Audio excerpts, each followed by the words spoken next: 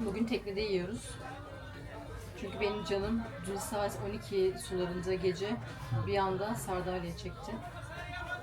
Ama bayağı çekti.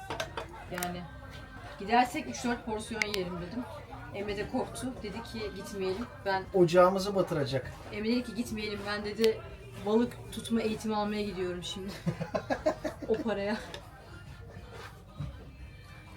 Neyse Şaka. sonuçta. Emre balıkçıya gitti. Balık aldı sardalya. Ha. Ve sardalya yapacağız. 1 kilo sardalya almış. 10 euro. 1 euro da temizleme parası. Salata Ceren'den, sardalya benden. Emre bir havlu versene aşkım. İçecek sizden, balık bizden. Balık bizim işimiz.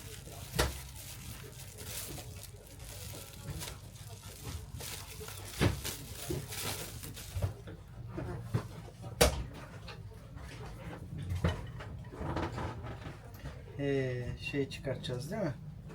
Tamam. Biz onu kenara almış olmaz. Ayarı bozuluyor mu öyle? Yok. Ben de bir salata tarifi vereyim size. Ha, Hep Emre yemek yapıyor. bu iyi mi? Gayet. Ha, yok. Ya da iyi, tamam, karıştırmayalım.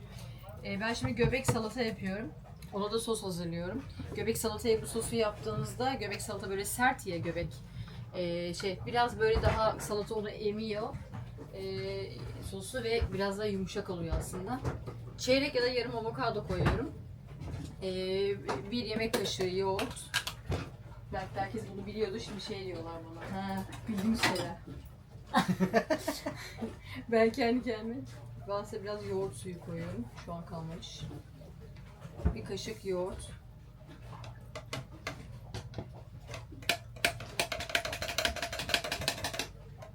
Aa.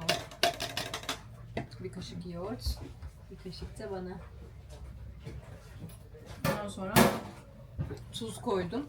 1 tane limon sıktım. Ve bolca proliva zeytinyağı döküyorum. Evet. Ardından şeye çıkma. Webasto diyesim geliyor ya. Koca kış Webasto yakınca. Avokadodan dolayı biraz sert olduğu için, yoğun olduğu için sert diyorum. Birazcık da su ekliyorum. Göz kararı yapın. Sonuçta sosun ne kadar yoğun olmasını istiyorsanız işte o sizinle alakalı bir durum. Duyduğunuz zilin sesini invertör çalıştı. Aynen. Evet. Şimdi bızıt zamanı.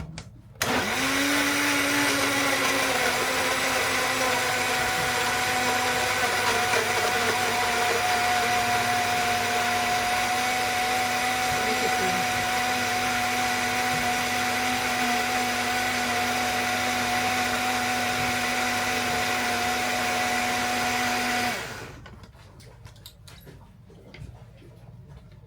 Bakıyorum yoğunluğu. Şu an bayağı yoğun bu arada. O yüzden biraz daha su ekleyeceğim.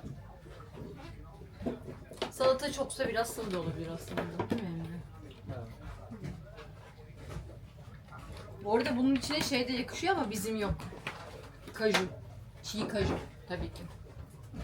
Daha önce kajulu yapmıştım. Hatırlıyor musun? Güzel oluyor. Sanki tadını anladın mı? Kajun tadı hiç belli olmuyor ki.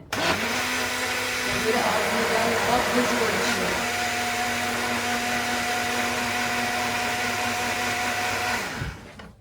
Dereotu koyarsam anlarsın bir tek. Sarımsak falan hiç. Kajunun öyle bir baskın durumu yok. O zaman niye koydun ki? Doğru.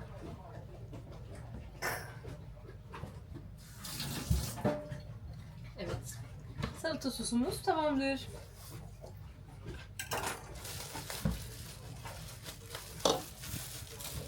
Bir de şey yakışır. Onu koymadım.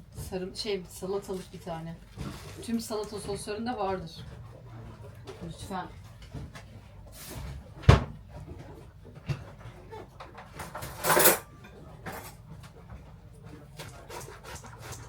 Evet. Danaya girer gibi göbeğe giriyoruz.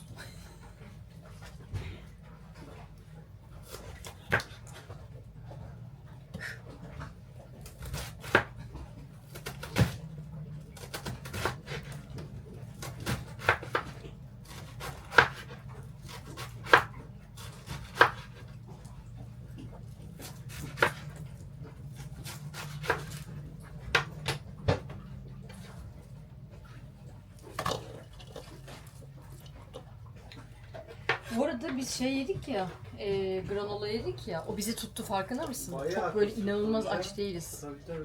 Yoksa ben şu an var ya, of saldırırdım. Şu an yani büyük ihtimalle 5 karış suratlı ekranlarda olurdum. Ekran karşısında. Sayın seyirciler.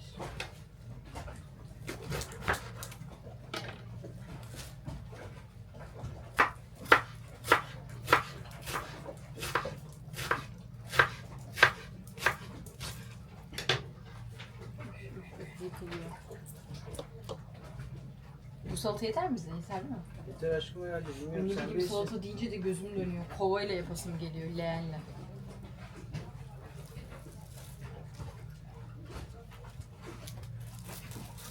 Ona koyma artık. Ona koymayacağım. Yok şimdi yere değmesin diye keseceğim. Çok titizim. Bildiğin gibi değil. Ay. Evet şimdi sosu döküyorum. Üf yakılıyor.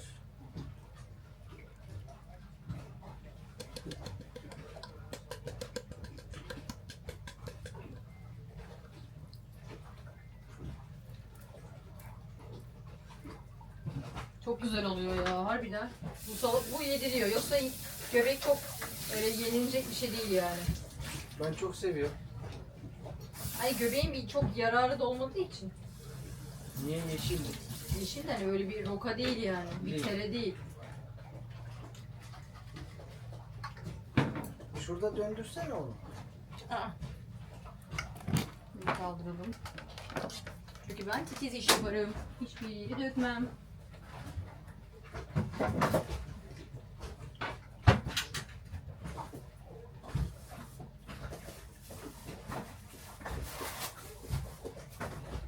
Ay.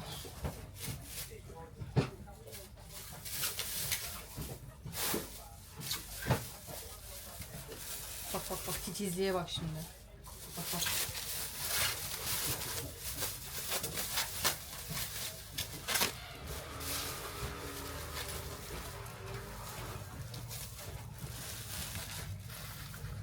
Emre hadi aşkım. Balığa girişek. Sen soğan da koy bari. Nereye? Aman işte soğan da doğra da. Ha, o soğan doğrarım sonra elimle bile doğrarım. Ne var onda?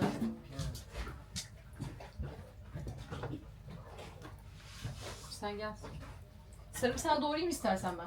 Ben yaparım. Sen Hadi. kendi işini yap. Yoğurdunu şeyini kaldır yerine. Salatanı al koy kenara. Ondan sonra çöpünü at.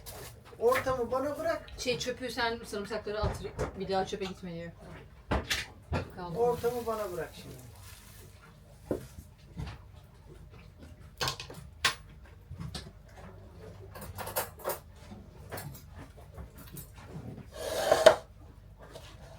Biraz karıştırayım da emsin sos.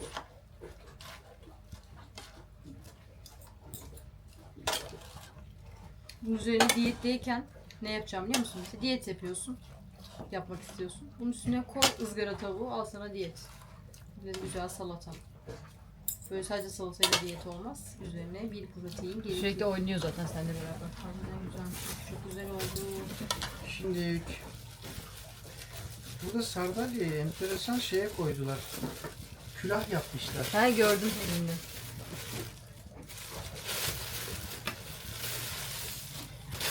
Valla şöyle külaha koydular. Herkes böyle balığı böyle alıyor. Yağlı kağıt bu arada.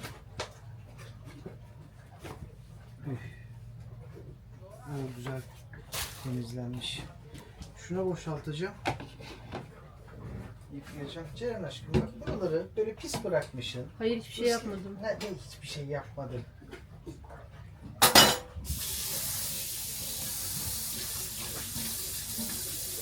Çalıştığın ortamı temizlemiyorsun. Her zaman temizlerim. Aha. Tabii. Bu ne? Burada.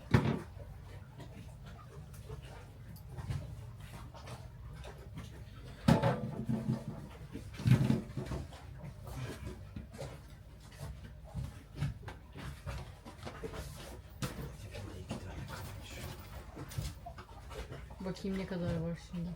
Ay, külah ne güzel olmuş. Kocaman. Ona çekirdek koyduğunu düşünsene. Ya bizim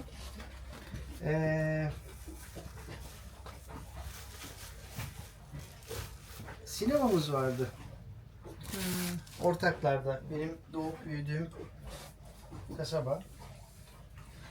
Dedemin sineması vardı, hem yazlık hem kışlık.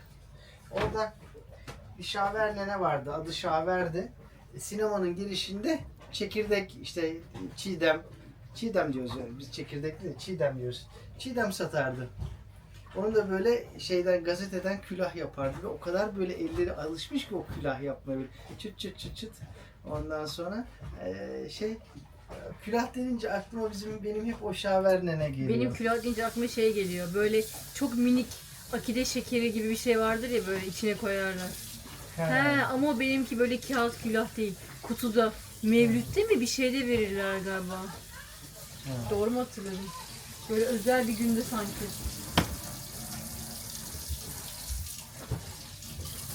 Evet, sardalyalar hakikaten güzel, tazecik böyle. Süper. Güzel, böyle göstereyim. Ayıkladılar. Ha, kuyruğu niye oynuyor lan? Benim elim titriyor çünkü. Emre, sen büyük tavayı mı aldın? Evet. Tamam. Ya Ceren bak, şimdi bunu yine söylüyorum. Öyle sarımsaklı mı yapalım? Tamam, nasıl istiyorsan öyle yap. Yoksa Fark o etmez. kağıdın içinde mi yapalım? İstediğin gibi yap, hiç fark etmez. Hadi öyle sarımsaklı yapalım. Hayır, kağıdın içinde de yap, sarımsağı onun kenarına atarız. Yok yok, öyle olmaz, öyle Hayır, olmaz. niye olmasın? Ya olmaz. Hayır, o sarımsakları sonra balığın üzerine koyacağız. Ay, zaten pişecek. Yine aynı şekilde pişecek. Fark eden bir şey yok. Zaman kaybetmeyelim. Öylesi daha uzun oluyor galiba. Hangisi? Öyle kağıdın içinde. Sen bilirsin. Çünkü ben yoksa çiğ saldıracağım. Abartma.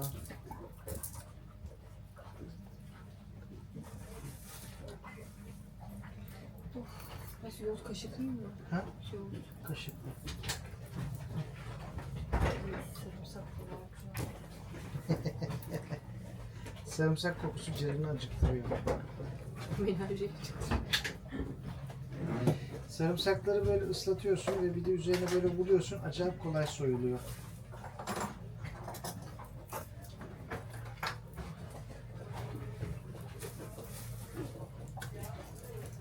Tatlı kaşığı Şey- aldım ki çok iyi. Bu arada şeyi de söylemişimdir belki bir önceki videoda balığı alırken.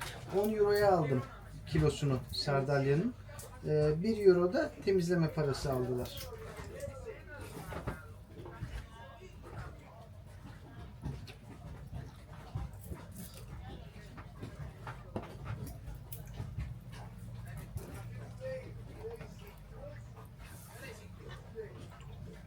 Bir şey söyleyeyim mi sana? Bıçak inanılmaz bugün tırnağımın üstüne götürüyordu.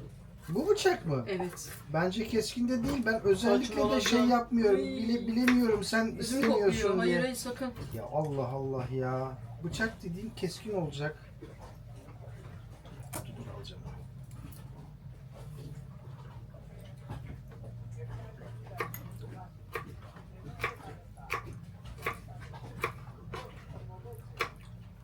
Bugün bir daha yani böyle nasıl kokusuz falan, böyle yağ sıçramasız sardalya yapılır diye şeye yazdım. İnternete yazdım. Böyle YouTube'da güzel tarifler vardı. Şeyin içinde yağlı kağıdın içinde, pişirme kağıdının içine böyle sarıyorlar. Kapatıyorlar her tarafını. Ondan sonra o şekilde güzel, hiç koku olmadan, etrafa yağ sıçramadan pişiriyorlar. Ama nedir o? Böylesi, bir de bu tarifi gördük. Bunu atacağım, bu kokuyordur. Hadi Emre hadi. Ne hadi Emre hadi. Dur. Mor soğanımız var mıydı bizim? Yok. Bunları böyle tuzlayıp falan karıştıracağım. Hiçbir şey lazım diyeceğim ama neyse, önemli değil ya. Onun içinde olmaz mı? Olur olur. Ha, öyle. Olmazsa şuradaki cam tabağı çıkartayım. Ocağın altındaki şöyle uzun düz. O daha mı iyi olur? Yok ya. Ceren, şu bizim maşa burada mıydı?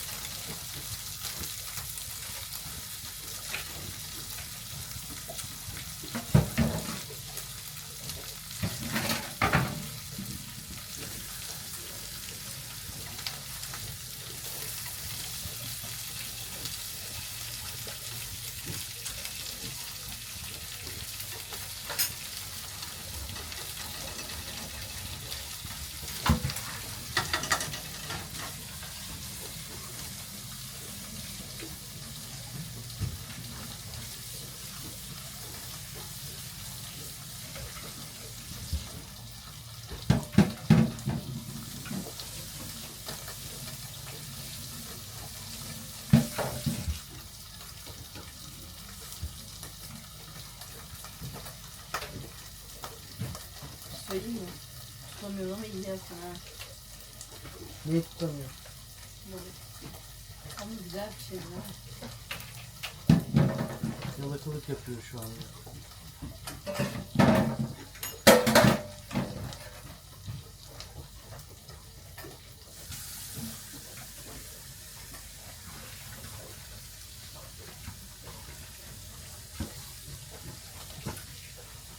Deterjanı gitmiyor resmen ya.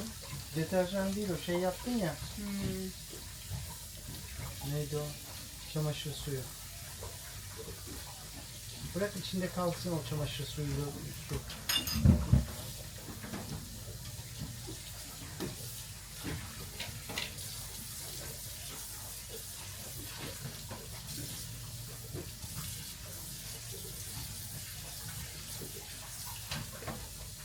Benden bir şey istiyor musun? Şu an beni Evet. bekliyorsun. Aha. Ha kapat mı? Hı hı. Tamam. Bunun kokusu gitti de o şeyini.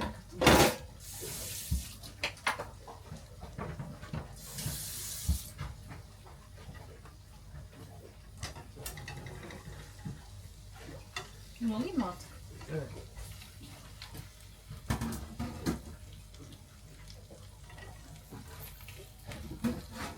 Balığın da kokusu ne zaman gidiyor biliyorsun değil mi? Her şey yıkandıktan sonra. Evet tabii doğru.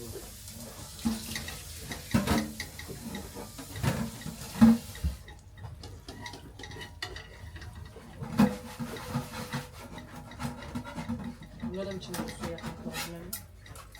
Hmm.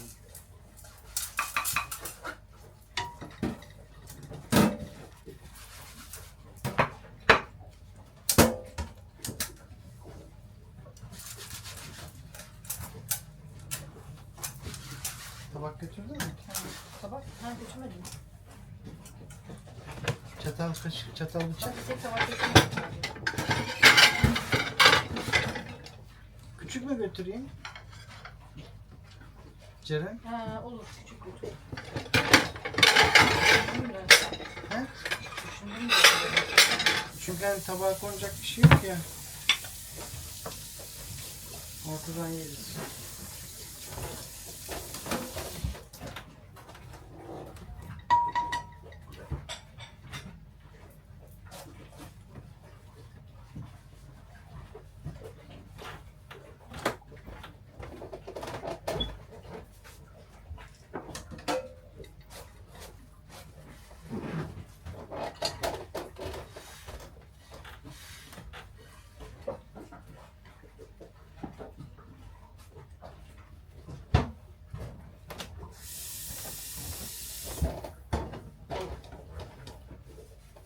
Böyle yaptım kalsın hemen 2 dakika yıkayayım Emre.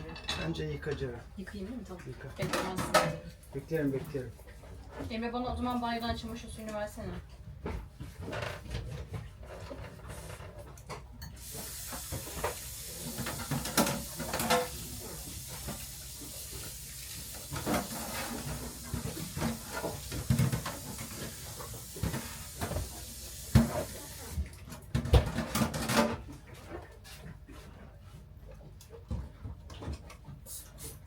Tava çamaşır suyuyla yıkanır mı Emre?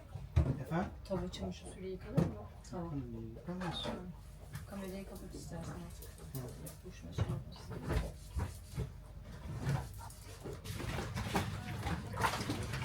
Evet, yemeğimiz bitti.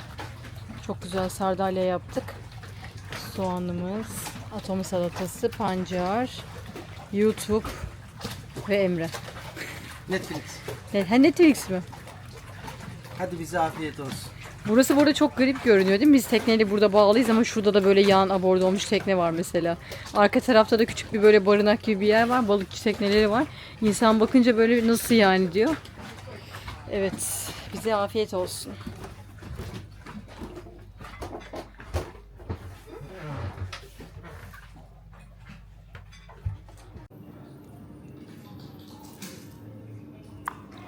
Bilet alıyoruz. You have IDs or passport or driver license?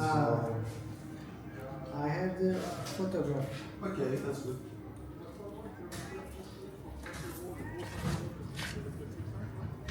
Yarın Santorini'ye gitmeye karar verdik. O yüzden şimdi bilet almaya geldik buraya. Günübirlik gideceğiz, sabah gidip akşam döneceğiz.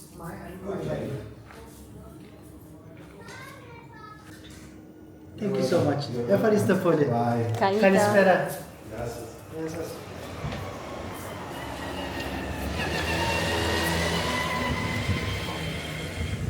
Şunu bir tutsana aşkım. Santorini'ye gidiyoruz. Santorini'ye Cuma günü. gidiyoruz. Hiç kafamızda, aklımızda böyle bir şey yoktu bu arada. Hiç yoktu yani. Hatta şeyde de yoktu. Bir saniye, kameramı düzeltiyorum. Ay düşürdüm. Ne yoktu? Biz nereden gittik? Tinos'tan gittik değil mi? Mikonos'a. Mikonos da hiç aklımızda yoktu. Daha önce gittik diye. Sonra baktık o kadar rüzgar var. Biraz sıkıldık. Dedik günübirlik Mikonos'a gidelim. Hatta bir gece kalmayı da düşündük. Otel falan baktık Mikonos için. O zaman ama bu sefer de tekneyi yalnız bırakmak istemedik. İçimiz rahat etmeyecekti. Ondan ötürü. Bu da böyle şu anki olayda Santorini'de biraz sürpriz oldu aslında. İkimiz de heyecanlıyız. Ya baktık şeye nedir o haritaya, Santorini'nin hemen üzerindeyiz. Yani feribot 20 dakikada gidiyor, en hızlı feribot. En yavaşı da herhalde. Yok, 40 gidişimiz 35 dakika. Biraz kenara gel. Hı. Gidişimiz 35 dakika, dönüşümüz 1 saat 15 dakika. En yavaş gelen 1 saat 15 dakikada. O vardı ama fiyat olarak da gayet iyiydi. 6,5 euro dönüş. Dönüş tabii yavaş olunca ama hiç önemli değil yani. Feribotlar zaten çok güzel. O yani keyifli onunla seyahat etmek. Gidişimiz de 40 euro. Çünkü Kişi başı. çünkü 30 dakikada gidiyor. Öyle yani. Gezelim, görelim. Gerçekten merak ediyorduk. Evet, Biz Santorini gittiğimizde güzel olacak. patlamazsa sorun yok. Gerçi gitmeden patlasa da çok büyük sorun var da burada. O kadar yakın bir adadayız ki Yakınındayız Santorini'ye. çok. Ha. Öyle yani, şimdi yemeğe gidiyoruz. Şimdi evet, rezervasyonumuz var saat 8'de. Böyle kır kahvesi gibi bir tavernaya gidiyoruz. Tam şeye benziyor bu arada. Bozcaada'da Çınaraltı vardır ya, böyle bir kahve kafe, yani kahve içilen, özellikle böyle Kıraathane. herkesin kıraathane değil de Türk kahvesinin böyle, hatta hep herkes gider gitmez Türk kahvesi içer ya, o Bozcaada'daki Çınaraltı'nda. Tam öyle bir yere benziyor. Onun biraz daha küçük hali. Orayı taverna yapmışlar. Belli bir saatten sonra bu tavernaların, özellikle yol kenarındaki tavernalarında önünden araba geçmiyor. Trafiğe kapatıyorlar buraları. Öyle olunca da aslında insanlar rahat rahat toz dumana katmadan yemeğini yemiş oluyor. Emre tipe bak köpeğe. Öyle. Size de göstereyim. Bakın. Denize girmiş çıkmış o ıslak hali. Altta da bir şey sermişler, kilim sermiş sahibi. Ha, gördüm. Burası da güzel bir restoran. Ben burayı da beğendim. Burada da tekneler bağlı. Ama burası... Tonos var işte. Burası, burada yerel tekneler, yani burası marina diye geçiyor. Hani yıllık anlaşma yapmış tekneler. Onların tonozları var. Buraya zaten bağlanamıyorsun. Ya şu karşıya bağlanıyorsun ya da bu tarafa. Ya burası tonoz olmak zorunda zaten, çünkü karşılıklı demir atamazsın öyle. Biz yan yana bile atınca birbirimize giriyoruz. Evet. Ya böyle şimdi soracaksınız aslında. Kulaklık gidiyordu. Ay, kulaklık diyorum, mikrofon. Aslında soracaksınız, diyeceksiniz ki tekneyi bırakıp nasıl gidiyorsun, sormayın. Aklımız kalıyor. Gerçekten aklımız kalıyor. Ama bugün 2 tane tekne sağımıza solumuza geldi. İtalyan bir tanesi solumuzdaki. Sağımızdakini de hatırlamıyorum. Neyse, onlarla konuştuk. Onlar dediler. Biz 3-4 gün buradayız. Öyle olunca rahatladık. Afiyet olsun. Ondan sonra Kafası karıştı Emre'nin. evet. Taştı. Ya o yanımızdaki 2 tekne burada olunca o yüzden rahatladık ve hani o bağlamda Santorini'ye gitmek için Evet, herhangi bir sağımıza sıkıntı yok. solumuza gelenleri zaten soruyoruz. Kaç gün buradasınız buradasın? falan diye. Şurası, geldik. İşte burası. Oranın en küçük yeri. Bakın, çok tatlış bir yer.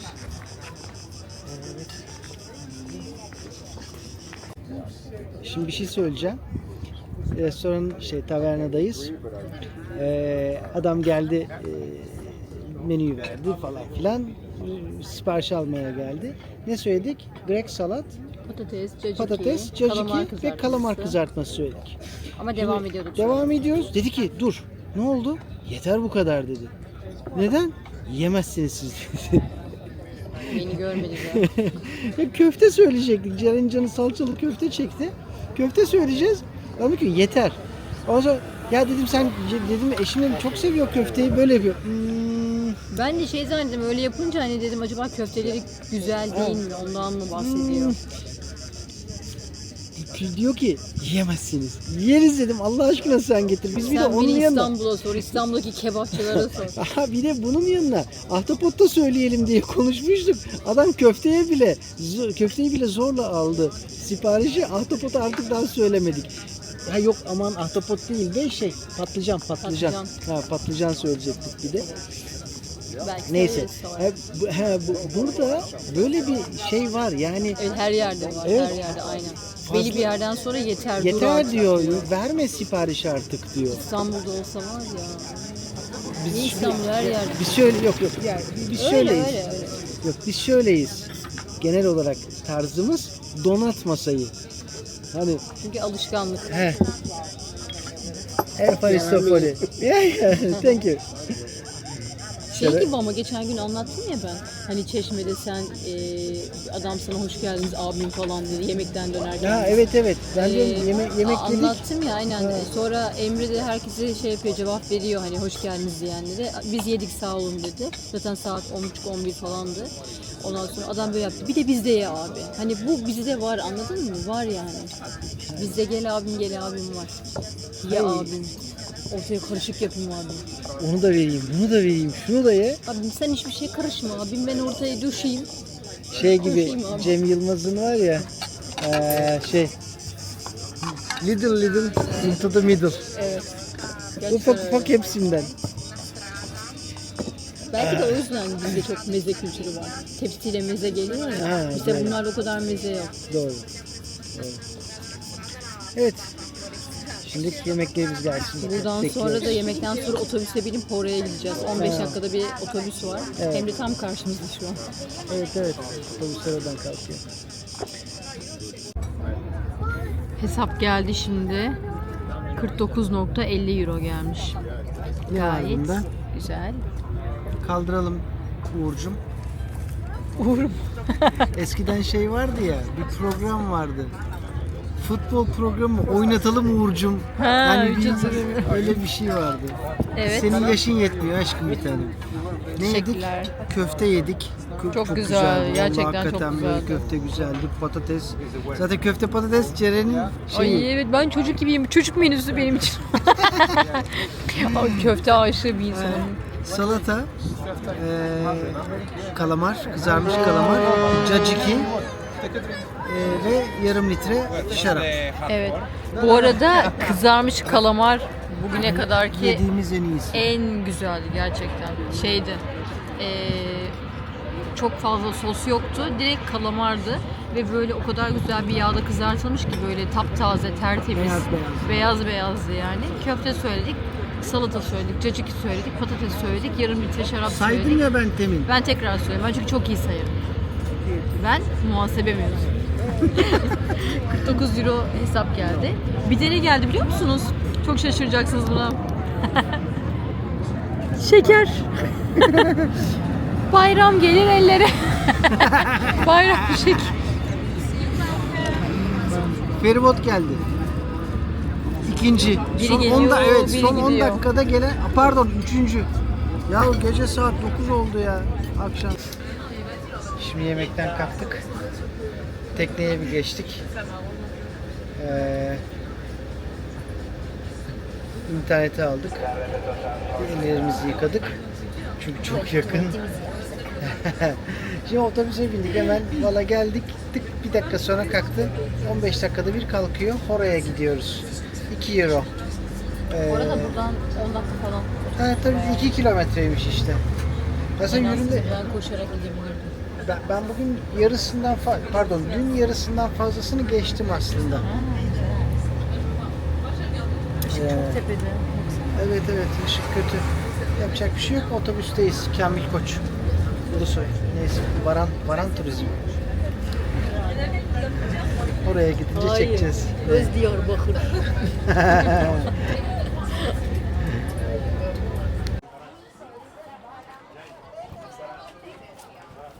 Hora'ya geldik.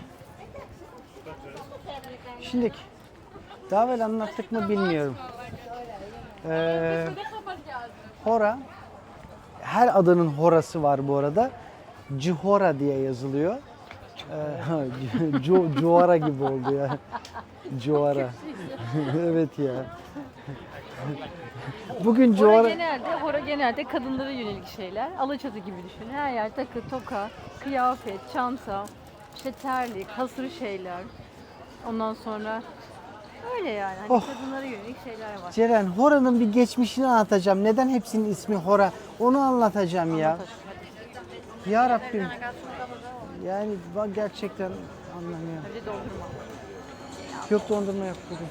Bugün derken- Dondurma var bir de diyorum. Ha, şimdi Hora eski zaman bu adalarda korsanlardan korunmak için ada halkları evlerini hep tepeye inşa ederlermiş. Böylece o korsanların saldırısından korunurlarmış. Adaların gerçekten tek yerleşim yeri bu tepedeki Hora ismi verilen köylermiş. İsim zamanla oturmuş. Ve işte hani bütün adalarda bu Hora eski evler de eski oluyor çoğunlukla. Hora ismi adını vermişler neyse işte. Ben de anlattım böyle ya. Çok da iyi anlatamamış olabilirim. Hora bütün adalarda var. Adı hep Hora. Tepedeki köy. Böyle işte. Tabii eski evler falan olunca da böyle küçük küçük evler falan filan böyle dükkan haline çevrilmiş.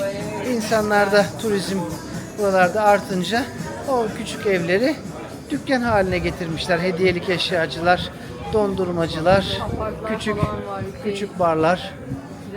Evet evet. Buralarda şeyler de var. Airbnb tarzı böyle küçük evler, pansiyonlar.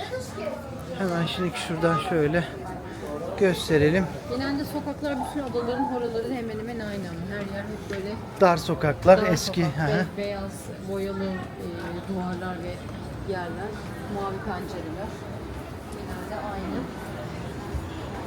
Ama şöyle bir gerçek var ki biz herhangi bir videoda ya da bir yerde bir yerin horasını görelim, sokağını anında artık tanıyoruz yani. Evet, bu evet. şurası, bu burası diye söyleyebilirim yani direkt. Doğru. Ceren şurada bak pizzacı geçtik bir Evet, tane. evet ben buraya bu arada Ha baktım. burası işte. Oha. Burada Lan ne gördüm. güzel koktu. Oo. Makarna, pizza müthiş, İtalyan zaten. Evet güzel koktu ha. Ki, Güzel kokmuş o. Amanın. ki tokuz yani. Tok olmamıza rağmen güzel koktu. Ay ne güzelmiş böyle.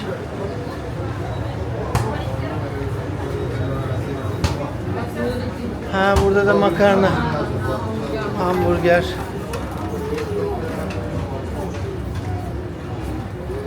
Ay çok güzelmiş burası.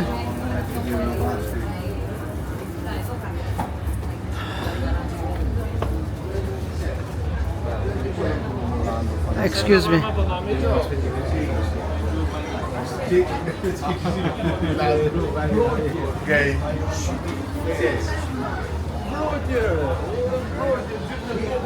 Harika bir şey gördüm. Şu halat ışıklı. İçinden led ışık geçiyor halatın. Ya tekneyi bununla bağladığımızı düşünsenize. Ay ne kadar güzel olur. Lan çok havalı olur. Hadi çıkalım. Çok güzel. Çok havalı olur. Dur bakayım ben bir bakayım. İnternette bulabilecek miyiz? Bakmaya geldi misin? Ha. Ama olmadı. Ne söyle? Böyle daha ince bir ışıklı halatı Etraf. küpeşteye de belki bir şeyler yapabiliriz diye düşündüm. Ha. Bu halatı küpeşteden dolaştır böyle. Tabii. Oo harikadır. Kafamda bir takım fikirler. Ama benim kışın tekneyle alakalı kafamda bir sürü fikir var. Öyle mi? Evet. Tamam. Bak yel değirmeni.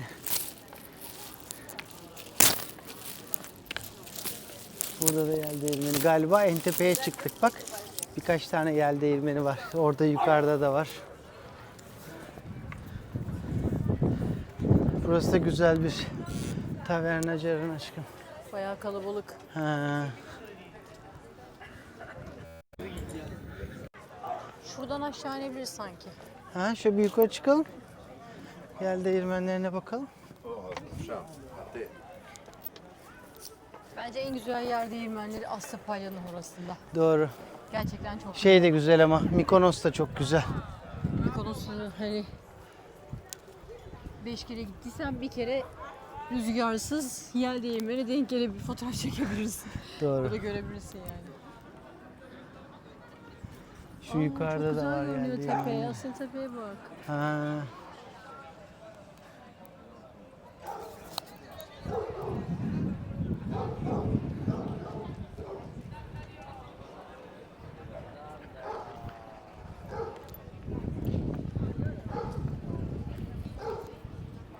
Çok hoş. Burada da böyle bir taverna.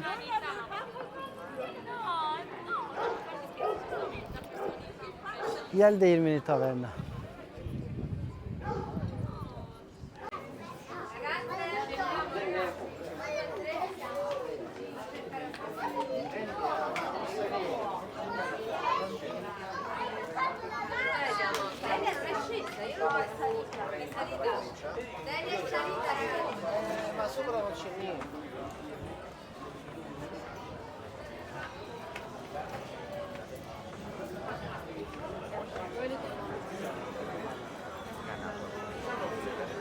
Fiyatlar böyle.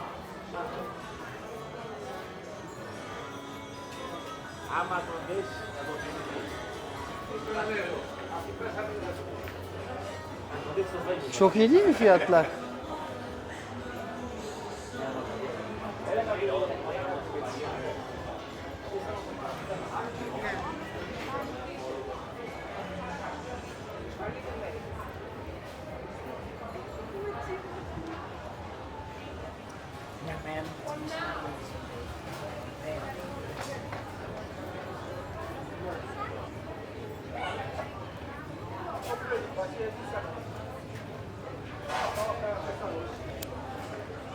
Giroslara baktım, Giros fiyatlarına.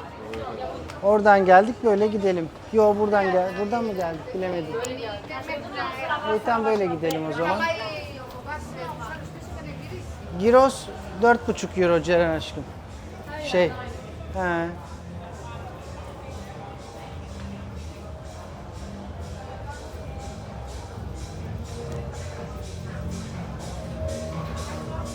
Burada böyle bir bar var.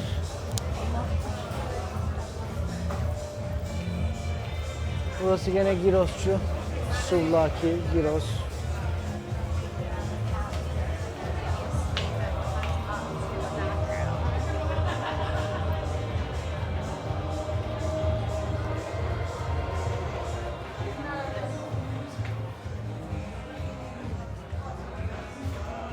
Ya evet, senin aynısından.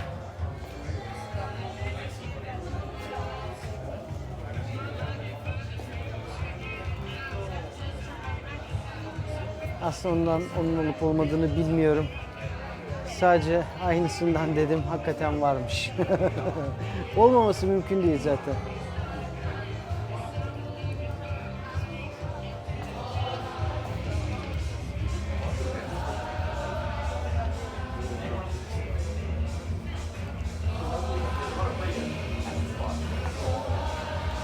Vodka Red Bull 3,5 euro Ceren. Kaç? 3,5 euro vodka Red Bull. Sudan ucuz.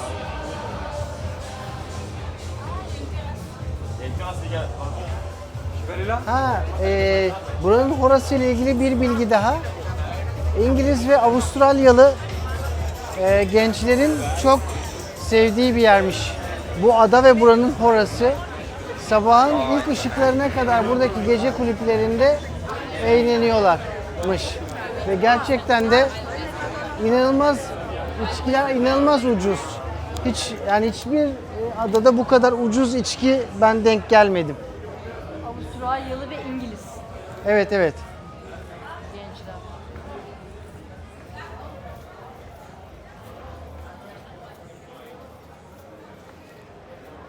Disco 69.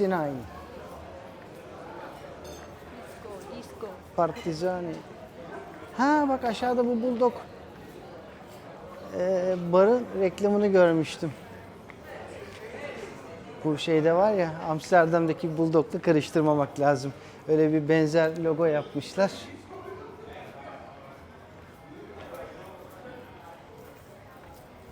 Ama Magic Mushroom gibi Magic Pharmacy yapmışlar logo.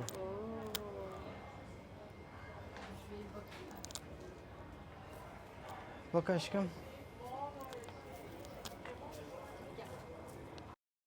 Evet, orayı gördük, gezdik. Umarım beğenmişsinizdir. Otobüse bindik.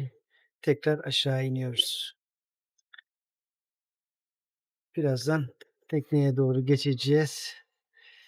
Evet, yorulduk bugün. Benim uyu taklit yapıyordum. Ha, öyle mi? Yani Ay, çok da yanlış böyle değil. orayı sevdim mi? Yani daha güzellerini gördüm. Yalnız orada enteresan Evet, çok o gece barlar var, kulüpleri gece falan. kulüpleri var. Bir tanesinin kapısında gece saat 2.30'da açılıyor yazıyor. Ya arkadaş gece 2.30'da Gençler gider, onların kanı kaynıyor. Delikanlılar. ya gece Genç 2.30'da açılan bar mı olur? Olurmuş. Geldik merkeze. İniyoruz. Ay benim rutinim kapalı mı acaba?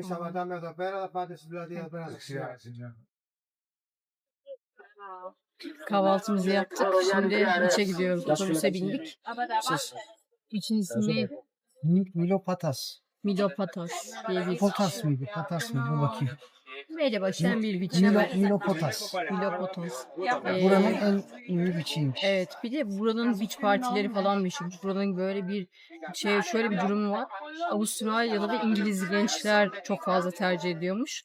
Beach partileri, gece kulüpleri falan bayağı popülermiş. Hatta biz dün oraya geldik. Yani tam şu an bulunduğumuz yani şu an tam oradayız.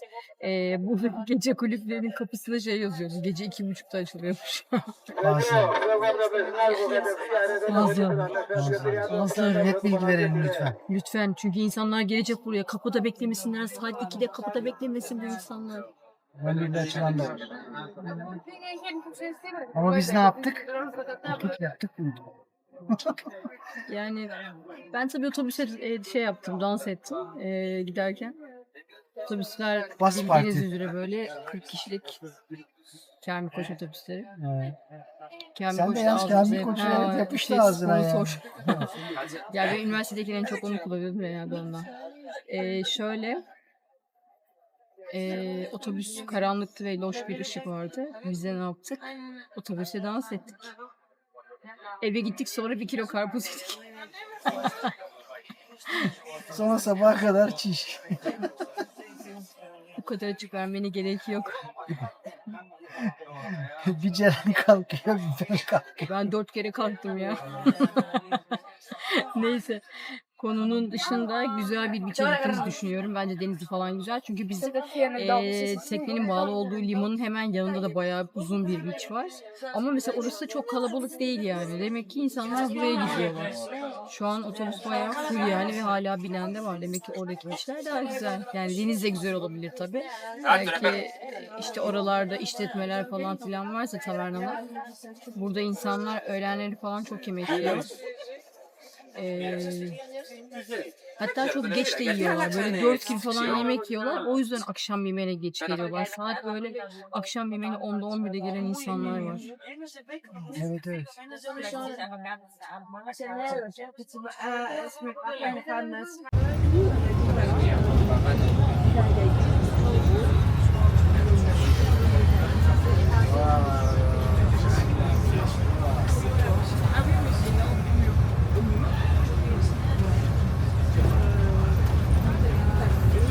Şu an otobüsümüz Antalya, Manavgat. Antalya, Manavgat mevkiinde bulunan wow. Manzara müthiş. Doğal olarak buradaki evlerin havuzları var çünkü insanlar denize çok uzak. Ama bu adada şöyle bir durum var. Biz bunu ilk tekneyle geldiğimizde fark ettik. Biraz yüksek sesle konuş Ceren de. Ya da şey... Evler ve oteller birçoğu beyaz değil, beyaz olmayanları tam böyle o dağların kendi rengiyle işte kayalıklarla falan aynı renk yapmışlar. Yani tonuna kadar aynı renk. Uzaktan baktığınızda eğer böyle bir ağaç, palmiye yani ekstra bir şey görünmüyorsa orada bir ev ya da otel olduğunu çok da anlamıyorsunuz gerçekten. Çok güzeldi. O içe geldik bak Ceren. Wow. Şu an biraz camdan şey yapıyor ama.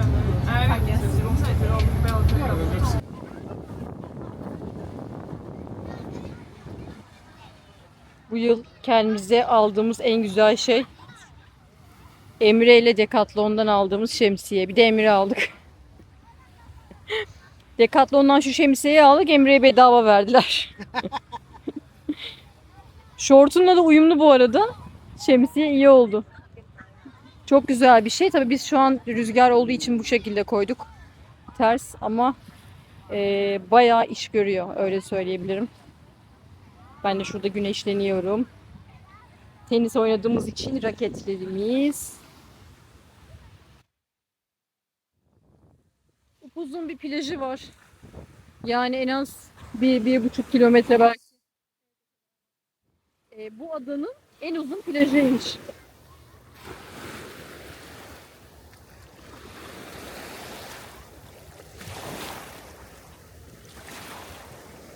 Çok güzel, kumu yumuşacık ve böyle şey gibi.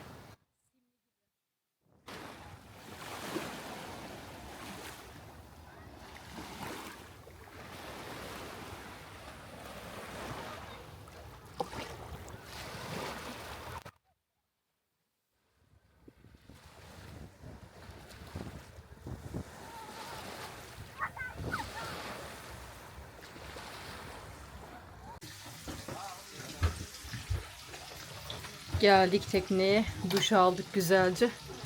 Kumlardan arındık. Tabi plaj komple kum olunca her yerimiz kum oldu eşyalarımıza kadar. Sonra yemeğe başladık. Emre yemek yapmaya başladı daha doğrusu. Deniz mahsulü makarna yapıyor. Sana mı sıçradı? Deniz mahsullü demeyelim. Karidesli, kabaklı. Ha, karides, kabak, Kuru domates. sarımsak. Sarımsak. Çok güzel oluyor bu arada. Hatta biz kabaklı makarnayı da, karidesli kabaklı makarnayı aslında nereden önce öğrendik? İtalyanlardan. Geçen sene Alonisos'ta hemen yanımızda bir İtalyan tekne vardı. Bizi yemeğe davet ettiler bir akşam. Hatta belki hatırlarsınız eski videolardan. Emre şey yapmıştı. İtalyanlara giderken 4-5 çeşit meze falan hazırladı. Ben dedim ki Emre abartma bak. Resmen adamların yaptığı makarna yenmedi. Bizim mezelere nasıl ekmek banıyorlar? Hatırlıyor musun? Atom yapmıştı Emre. Yana yana yediler yani. Bu insanların acıya ihtiyacı varmış ve yaptıkları makarna da bayağı güzeldi. Güzel. Çok güzel şaraplar falan vardı. Venedikliydiler. Ve çok ilginç bir şey. Biz onlara şey dedik ya biz dedik Venedik'e bilet aldık. İşte bu kış Venedik'e gidiyoruz. Onlar da işte tarihi sordular falan. İşte bize gelin lütfen misafir edelim, konuşalım, iletişimde kalalım diye. Neyse biz Venedik'e gitmeden önce herhalde 10 gün önce falan Emre onları aradı. Dedi ki biz şu tarihlerde geliyoruz. Adam da şey dedi. Biz de o tarihlerde Türkiye'de Antalya'da Kaplıcalara gidiyoruz dedi. Şaka gibi yani. Çok tatlı insanlardı onlar da. Güzel yemek yemiştik yani. Hatta gecenin sonunda dip dibeydi tekneler bu arada. Hatta yandan demirlerin üstünden falan geçiyorduk. Gecenin sonunda herkes sevdiği içkiyi falan getiriyordu masaya. Emre sevdiği içkiyi getiriyor. Onlar derken herkes böyle yerlerde yani içmekten. Acayip kafamız bir dünya olmuştu. Güzel bir geceydi yani. Onlarla da Instagram'dan hala takipleşiyoruz, geziyorlar falan. Yazıyor öyle, bana yazıyor mu? Neredesiniz diye. Öyle yani. Bakalım. Yapıyorsun bu işi Emre'cim ya. Malzeme altta kaldı. Bunu şimdi karıştıracağım da şey arıyorum. Dikkat et de. Çekeyim mi tavayı? Yok yok ben.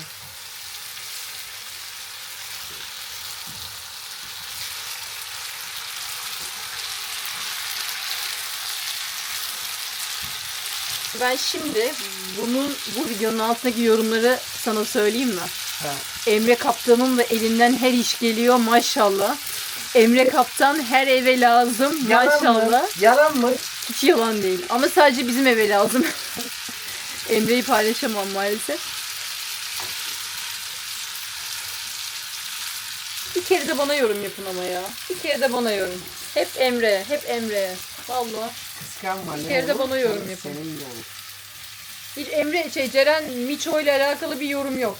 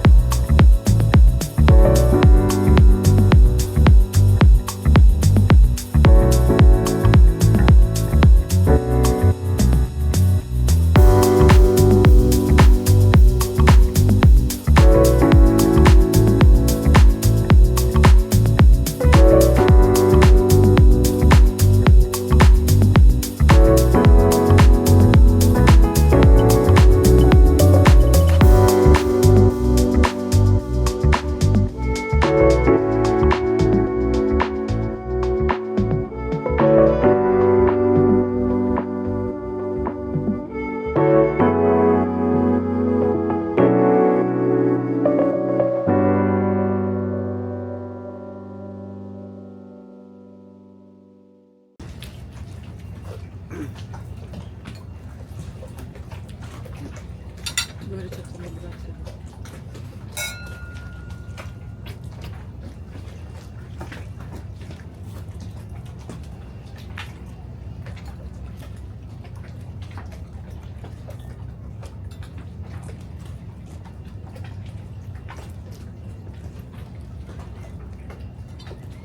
Ay hapşıracak gibi.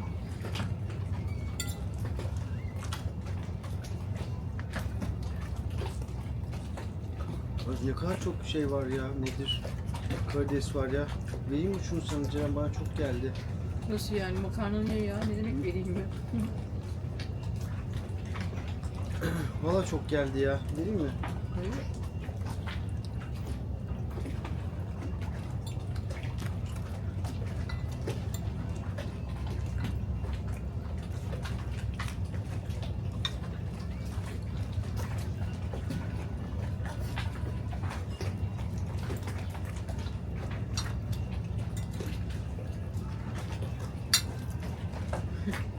Karnımız aç, sesimiz çıkmıyor.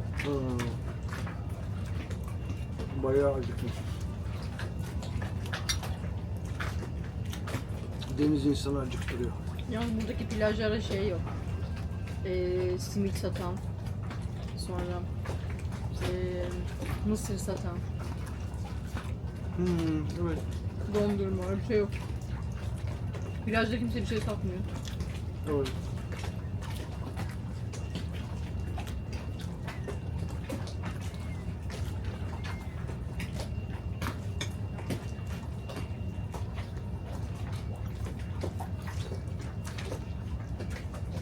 Kuru domates çok yakışmış ha. Güzel Acayip değil mi? güzel yumuşamış.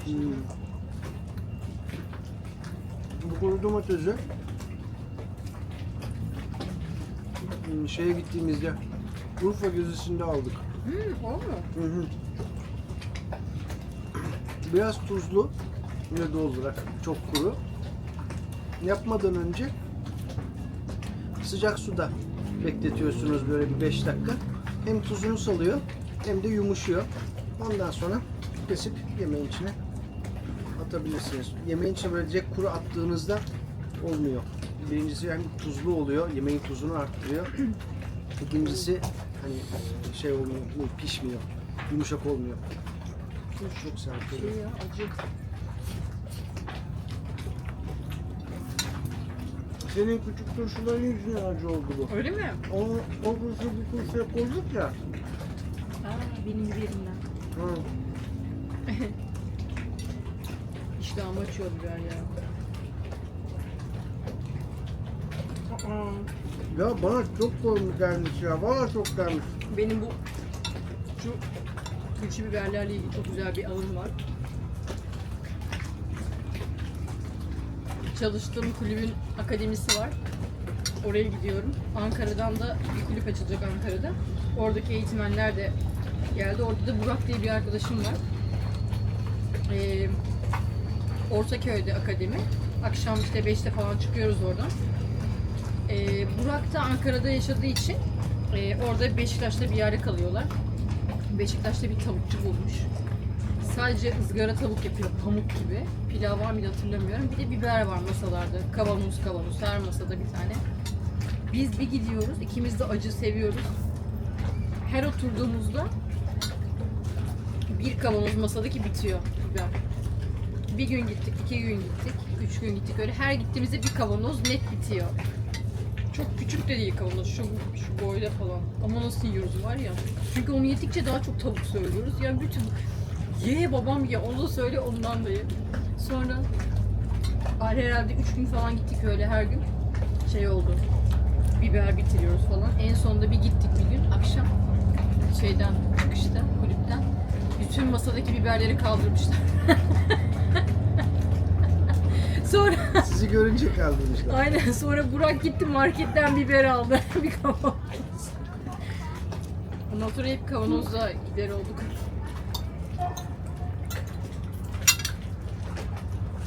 Bak Burak da izliyorsa valla kocaman selamlar. Burak Karakoç. Yıllardır görüşmüyoruz. Hı. Sen bir şey diyordun. yan teknede ama bir oğlan çocuğu var. Ha, evet şeyle altı bezli. Aa bezler. Orası şey yalnız. ha. 1,5-2 yaşında. Yok artık o kadar değil daha büyük. Öyle mi? Tabii canım. Abi benim bu çocukların yaşıyla ilgili şeyim yok ya. Ben o yüzden dedim bu yaşta niye bebek bezi takıyorlar diye. Ay bilmiyorum ama ufak bir çocuk işte yani. Yıkamışlar, paklamışlar. Bezini de değiştirmişler. Saldılar şimdi havuzda. Havuzlukta oradan oraya, oradan oraya dolaşıyor, oynuyor. Seviyorum böyle kendi kendine eğleyen çocukları. Evet. Nasıl yetişirsen öyle gidiyor. Bizimkiler de seviyorlar gönlüne eylemeyi. Yani işte o konular derin konular. Ay Ben şarap alacağım.